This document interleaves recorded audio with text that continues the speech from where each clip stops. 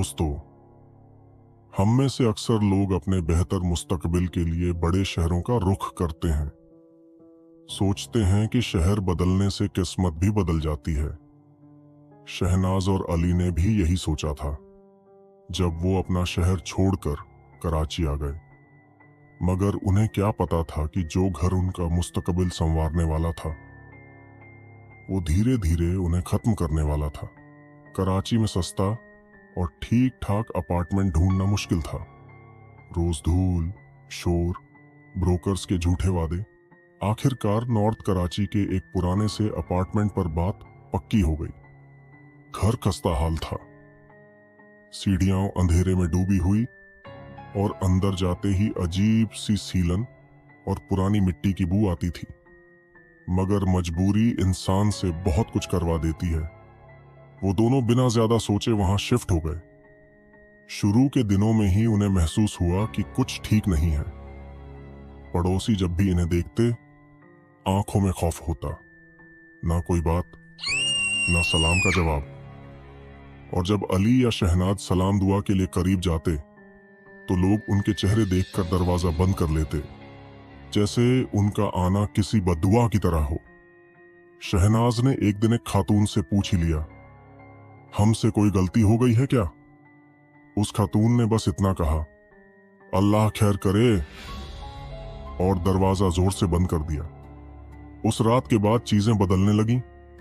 शहनाज को रात के वक्त लगता कि कोई उसके बिल्कुल करीब बैठा है। कभी तकिए पर सांस चलने की आवाज, कभी चादर का खुद ब खुद खिंच जाना। एक रात उसने आंख खोली तो कमरे के कोने में कोई खड़ा था, लंबा, बिल्कुल साया सा। जैसे ही उसने चीखना चाहा, आवाज गले में ही घुट गई। अली के लिए ये सब सिर्फ कवाब थे, जब तक उसने खुद न देख लिया। शहनाज दिन ब दिन कमजोर होती जा रही थी। उसका जिस्म ठंडा रहता, आंखें हमेशा खाली, और कभी कभी वो घंटों एक ही जगह देखती रहती, जैसे किसी चीज का इंतजार हो। डॉक्टर्स हैरान थे, रिपोर्ट्स बिल्कुल नॉर्मल, मगर शहनाजा अंदरों से खाली होती जा रही थी।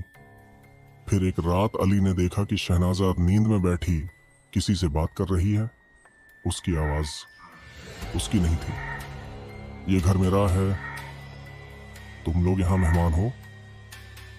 अली ने उसे जोर से जगाना चाहा तो शहनाज ने उसे देखा।